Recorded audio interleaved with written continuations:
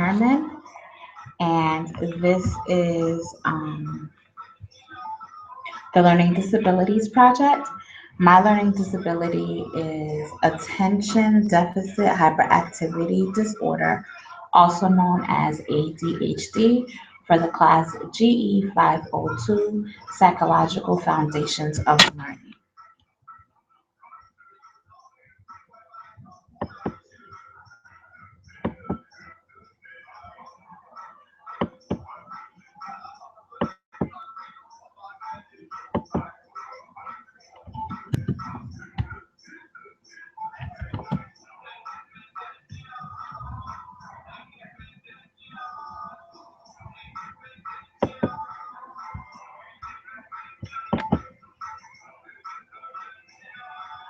Oh boy.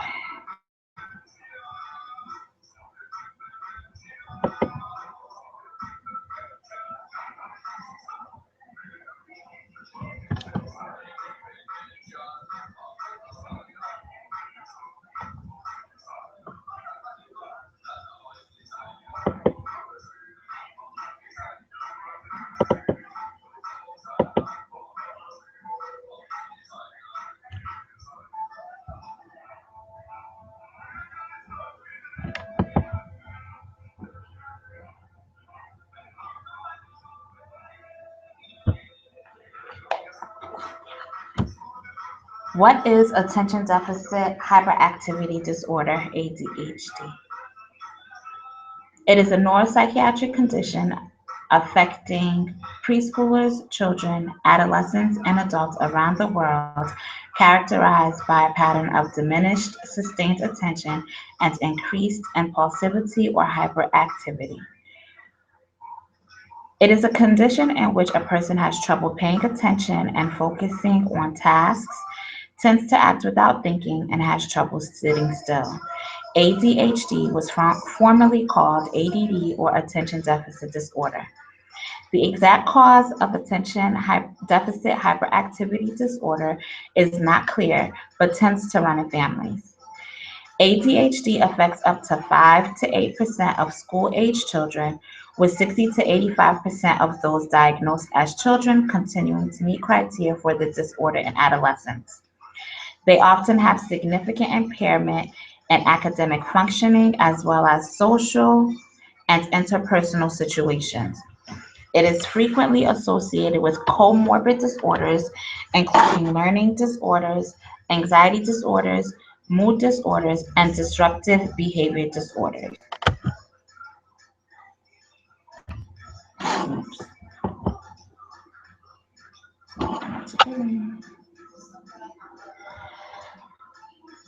Inattention hyperactivity and impulsivity are the core symptoms of attention deficit hyperactivity disorder. Inattention. A student is, or a child is easily distracted and has a hard time focusing on any one task. Hyperactivity. The child may squirm, fidget, or run around at the wrong times. Teens often feel restless and fidgety, and they aren't able to enjoy reading or other quiet activities. And impulsivity. They may talk and laugh too loud or become angrier than the situation calls for. Children may not be able to wait for their turn or to share, making it hard for them to play with other children. Teenagers may make quick decisions that have a long-term impact on their lives. They may spend too much money or change jobs often. A child's academic success is often dependent on his or her ability to attend to tasks and teacher and classroom expectations with minimal distraction. Such skills enable a student to acquire discussions, and when a child exhibits behaviors associated with ADHD, consequences may include difficulties with academics and with forming relationships with his or her peers if appropriate instructional methodologies and interventions are not implemented. More boys than girls are diagnosed with ADHD, and it is often diagnosed when a child is between 6 and 12 years old.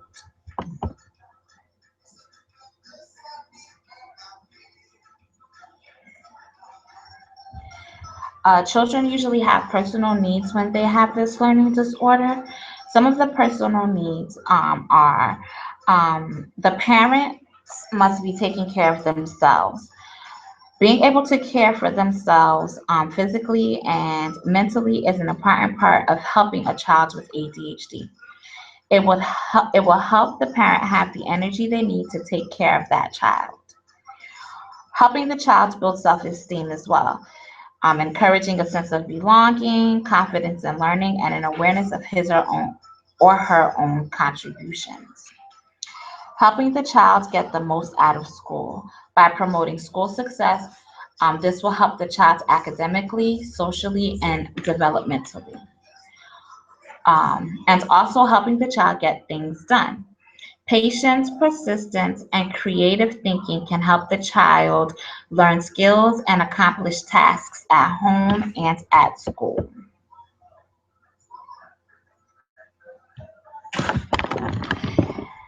Attention deficit hyperactivity disorder in the classroom. Some of the effects of um,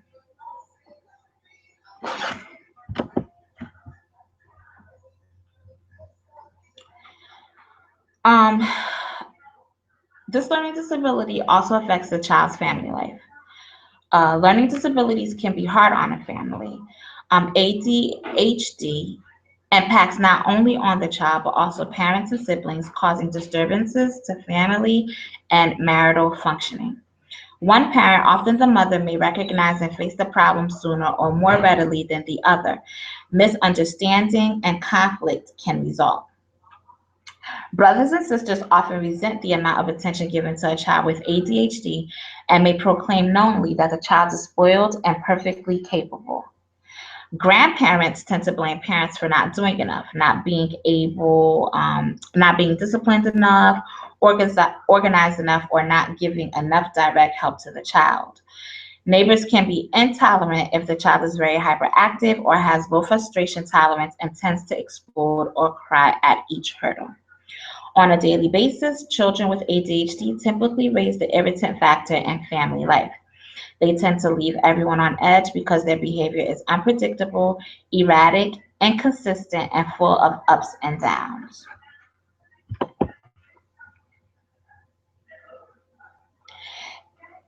Attention deficit hyperactivity disorder in the classroom. ADHD can make it harder to finish their schoolwork and get along with the teacher and other students.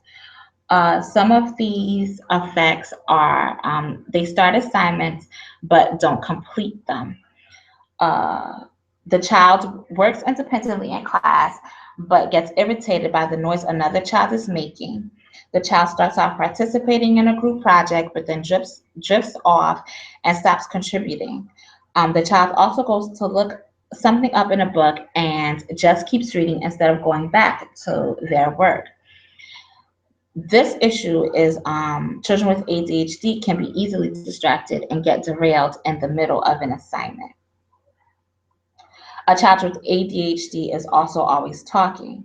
The child interrupts with questions or comments during instructional time. They irritate other children by talking during quiet work time, and the child also has trouble getting to the point when she or he answers a question. The issue here is that the child with ADHD often talks excessively and blurts out their thoughts. They also do not work well in groups. The child is argumentative and always has to have the last word.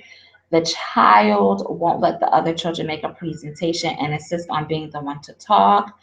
The child also calls other children stupid and puts down their ideas.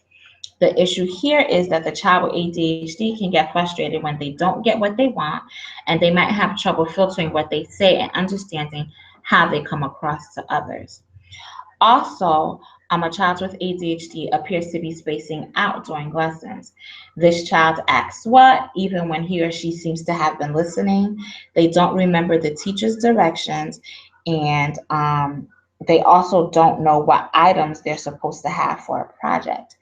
The issue here is children with ADHD often have trouble focusing and paying attention.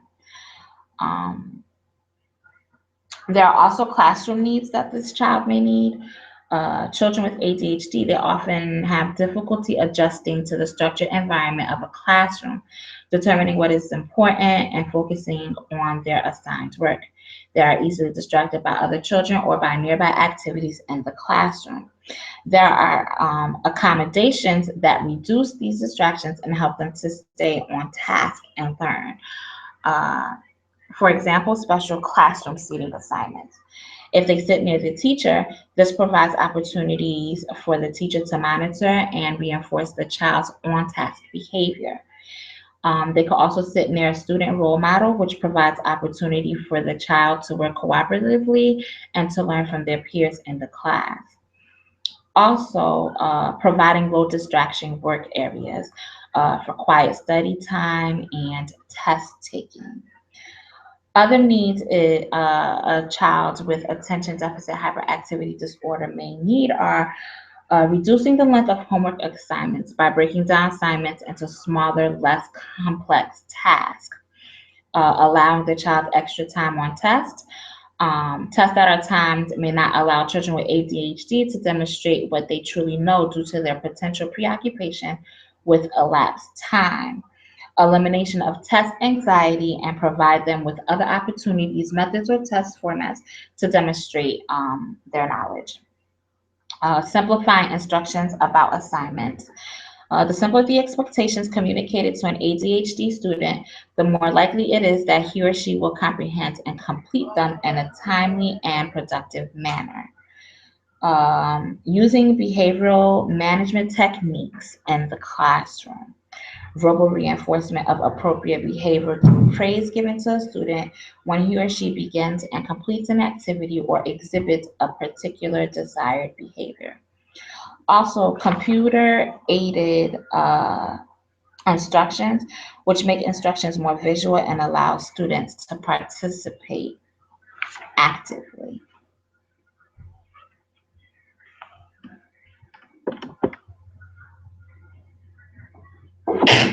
Excuse me. Accommodations that the teacher may make in a classroom.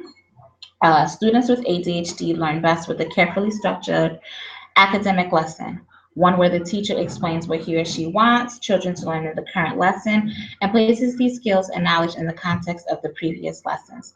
The teacher provides a preview of their expectations about what the students will learn and how they should behave during the lesson.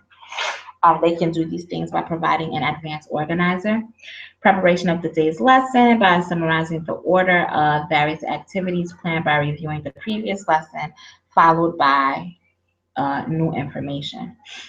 Reviewing the previous lesson plans by reviewing information about previous lesson plans and reviewing several problems before moving on to the next lesson. Setting learning and behavior expectations. You state what the students are expected to learn during the lesson and describe how students are expected to behave during that lesson. State the needed materials. You identify all materials that the children will need during the lesson rather than leaving them to figure out on their own materials required. Also, explaining additional resources. Tell students how to obtain help in mastering the lesson. Um, the future for children with attention deficit hyperactivity disorder and transition services that may be necessary. Children with ADHD will not simply outgrow their symptoms when they reach adolescence. Although the absolute severity of ADHD symptoms often decline with age, between 70 to 80% of children with ADHD continue to show problems with attention and impulsivity relative to their age mates. Difficulties in a number of other areas are not uncommon. As many as half exhibit significant behavior problems, defiance, and antisocial acts such as fighting, stealing, and vandalism. They are more likely to have been held back in school and to have been suspended from school and to drop out. On a positive note, approximately a third of the children with ADHD appear to be relatively well adjusted and symptom free as young adults. Higher levels of intellectual functioning and better school performance are associated with better outcomes. The absence of severe behavior and conduct problems during childhood, particularly before age 10, is associated with better adult outcome. Children with ADHD who manage to get along well with their peers are likely to have better adjustments as adults. It is the behavioral, social, and academic difficulties that children with ADHD are at increased risk for that for what may be most clearly linked to negative adult outcome. Transition services that may be necessary. Transition planning is meant to help the teenagers figure out what they want to do after high school and what they need to do during the school year so they can meet long-term goals. The key is to making high school relevant for the teen's future. Uh, some of these things are by instruction, educational instruction that will be provided to the student to build the skills necessary to reach post-secondary goals. These can include general or special education courses to meet academic requirements, advances, career and technical education, or remedial services. Related services needed for students to access integrated work, education, and living environments. This may include occupational and physical therapy, rehabilitative counseling services, traveling training, and other professional supports. Community experiences, which is a variety of activities and experiences that are provided outside the school building. This might include community resources utilized as part of the student's school program, whether it's during school hours or after school hours to achieve the stated outcomes of community integration. For example, volunteering, residential tours, college tours, and recreation and leisure activities. Um, Another transition services is the development of employment and other post-school adult living objectives. This area focuses on the development of work-related behaviors, job seeking and keeping skills, career exploration and actual employment such as career planning, job shadowing, job training, or supported employment. The acquisition of daily living skills. Daily living skills are the skills involved in caring for oneself on a daily basis. These skills are an important component of independent living and include such activities as dressing, grooming, hygiene, self care skills, household chores, shopping, and managing finances. Um, how completely the student has mastered the daily living skills may ultimately determine the type of living environment selected as most appropriate. Functional vocational assessment, which is an additional assessment process if the regular vocational assessment has not provided enough information to make a vocational program decision. Additional assessment activities such as situational assessments, community-based assessments, assistive technology evaluations, or aptitude tests can be performed to get more information about the student's needs, preferences, and interests. This concludes my learning disability project on attention deficit hyperactivity disorder, also known as ADHD.